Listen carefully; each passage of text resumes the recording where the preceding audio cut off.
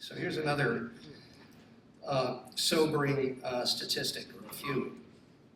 Infants whose fathers have no involvement during pregnancy are more likely to be born prematurely. They're more likely to be born with low birth weight. Both of those things contribute to all kinds of other consequences, none of which are good. And the death rate of infants whose fathers were not around during pregnancy is nearly 4 times the death rate of infants whose fathers are around during pregnancy. Now, we're not talking about fathers who are there for the birth when there's an emergency or something. We're talking about fathers who are around, again, it's a little mysterious. Fathers are around during pregnancy. And when there's no connection between the fathers and the fetus, no physical connection, fathers who are around during pregnancy, their kids, are much more likely to be born healthy, much less likely to experience death around the time of birth. Now, we don't know why that is, but add that to the list of things you think are important reasons for why fathers should be around during pregnancy. It's quite dramatic. So there are other things. There's an interesting little piece of biology that's hard to explain, but I'll just give you the headline because I think it's important. Again, to show the intimate connections between fathers and the fetus even before the two have met. So when a woman is pregnant, all kinds of these hormonal changes we talked about, her blood pressure changes. There are all kinds of physiological changes. The reason she eats more is not just an artifact, but she needs more nutrients for the developing fetus and so forth, and all these things are happening. Well, it turns out that there's a bit of a competition between the mother and the fetus. These are two separate individuals, and the fetus is demanding nutrients from the mother, and the mother obviously wants to give the nutrients to the fetus, but not too many, because the mother, from a biological standpoint, she might want to reproduce again, or she's got to protect her own health and so forth. And as evidence of this kind of thing, you know about preeclampsia, probably some of you, which is a sudden spike in blood pressure in pregnant women. That's what happens when the system goes awry. The fetus demands higher blood pressure because that forces more nutrients through the placenta, right? The mother puts brakes on that. And normally there's a kind of a balance, everything works out. If it goes off, preeclampsia. There's also a thing called gestational diabetes, where some women who have no history of diabetes suddenly get diabetes during pregnancy. It's again because of this tug of war over nutrients. Now, we're talking about fathers here, not mothers, so fathers. So it turns out, people looked at the genes in the fetus that were involved in this process. A moment of suspense while I get a drink.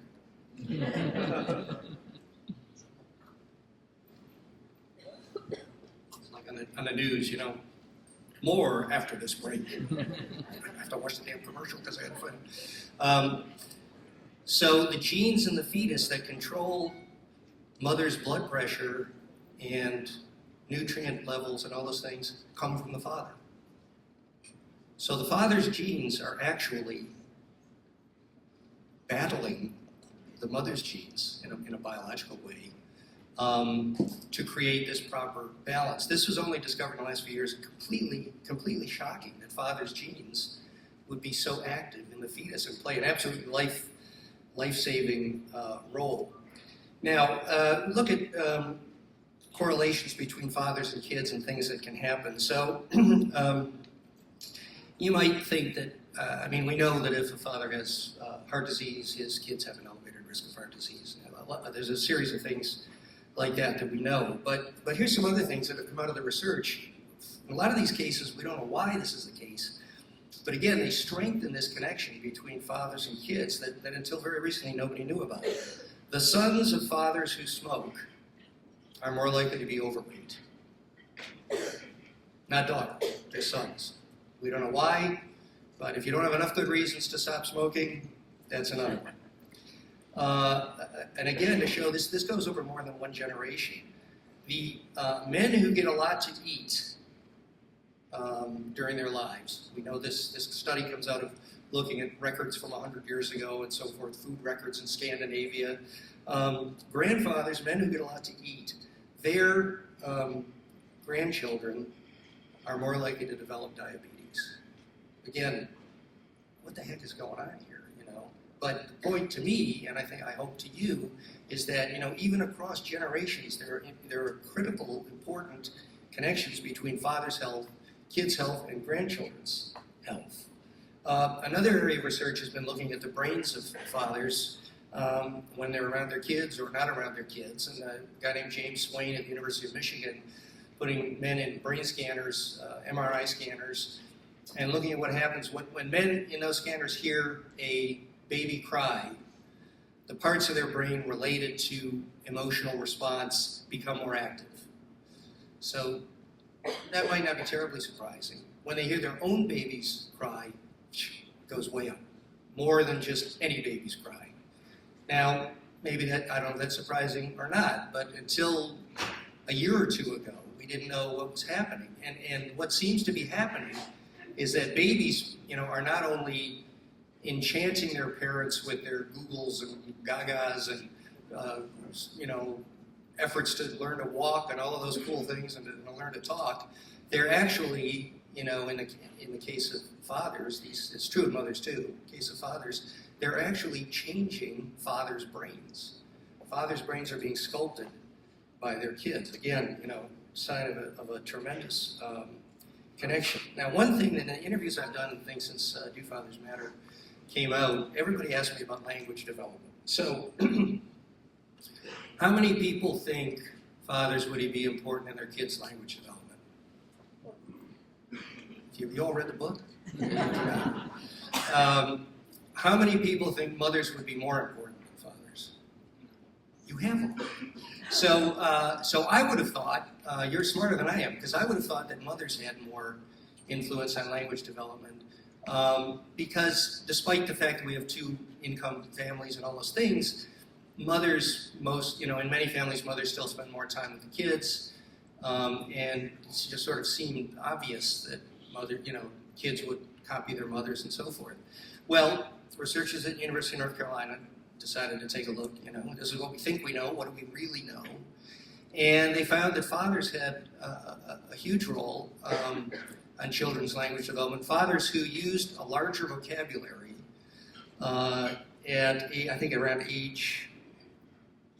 year old, right? So a year old, fathers use a larger vocabulary. A year later, as those kids began to learn to talk, they had more rapid language development because of the exposure to fathers. When they looked at the same thing with mothers, I hope I'll surprise you with this one. When they looked at the same thing with mothers' use of language had no effect on children's language development. Now, all the mothers are ready to stand up and walk out or walk up here, which is worse. What they think is going on. So again, this is all science in process. So this is what they found. It's real. They checked it and cross-checked it the way scientists do. But when it comes to explaining why this happens, they have to make educated guesses until they do more research to figure out why it happens. So why they think it happens is that fathers tend to use larger vocabularies, in part because they spend less time with the kids. They're less attuned to what the kids know and can understand, so they just more likely to speak in a more adult kind of way, and probably that's pulling the kids along faster. Now, language development is cool. I think that's one of the most fun things about raising kids is when they suddenly, not always good, but when they suddenly repeat something they've heard you say when you don't expect it. But it turns out there's more to it than just the fun of watching them learn. Kids whose language development, this won't surprise you, whose language development is better, have an easier transition to school, they do better in elementary school, they get on a track that's going to help them for years to come. So very important stuff, and fathers get the credit for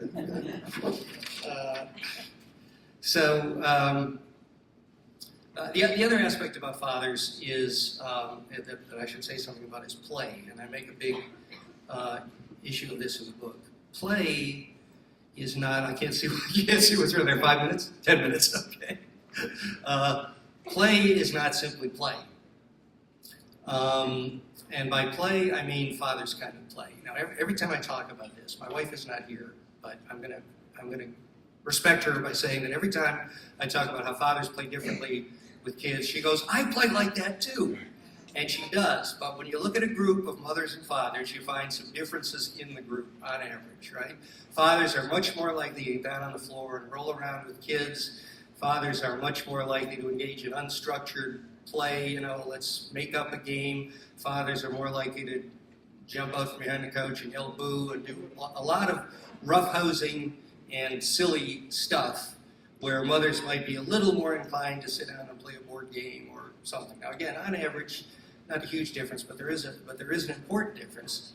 And the reason it's important is because this kind of father's play, more after the break.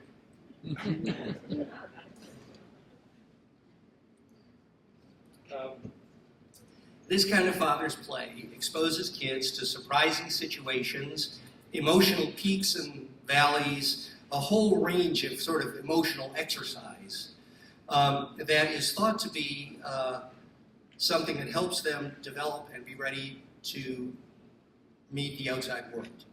So in the family, things are pretty structured. Expectations are understood pretty well. Kids know what to expect from mom, mostly from dad. But when this kind of play goes on, all of a sudden it's a surprise. It's fun. The kids love it. And it's preparing them for all the unknowns and unexpected surprises and emotional ups and downs and things that we experience as we leave the family. So even though they're young, they're getting, it's a dress rehearsal. And the phrase that's sometimes used is that fathers, more so than mothers, are a bridge to the outside world. Now, again, we have lots of different family arrangements and work arrangements. In some families, we have stay-at-home dads, and the mothers are going to be out working full-time, maybe long hours, more than full-time. And so things are different in other kinds of families. But these are true of most American families, or of American families generally. Now, I think I'll say, how are we doing? 5 minutes or a little more? About 5. Okay. I'm going to say one little piece of science very quickly, and then I want to conclude with something about divorce. So here's another thing: adolescent daughters. One of the major events in life, really, not just in teenage years, is entering puberty. So this is a primal kind of biological thing. We don't, girls don't decide when they're 12 and say, gee, Sally entered puberty last week. I think I'll do it this week. It's completely beyond our control. And for boys and girls, but this instance has to do with girls. When fathers are not present in the home, girls enter puberty sooner. There's no way to explain this, but it's a fact. Okay? And the only explanation that I've heard is that maybe the father's pheromones, maybe the father's scent is picked up by the girl's biology, and that affects her puberty. Nobody knows. But it's clear that it happens. Girls who enter puberty earlier without a father in the home are more likely to engage in risky sexual behavior, more likely to become pregnant as teenagers, and follow courses of life that we know are going to be difficult.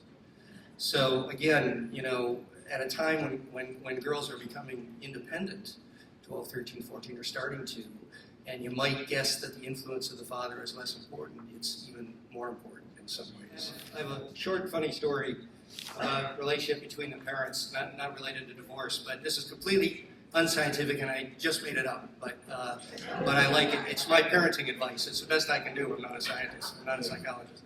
So it turns out, you probably know about oxytocin. All kinds of reporters call it the love hormone, which I have never written. And if I ever call it the love hormone, shoot me, put me out of my misery. But it is associated with emotions, right? So, in other words, if you hug your spouse for 30 seconds or longer, there begins to be a little rise of oxytocin, right? It reflects these kind of emotional connections. Now, it's also true that when you play with your kids, fathers get a big rise in oxytocin, okay, which is bound to affect their relationship with their spouses. So my completely unscientific parenting advice is, if you want a better relationship with your spouse, play with your kids. That's the way to do it.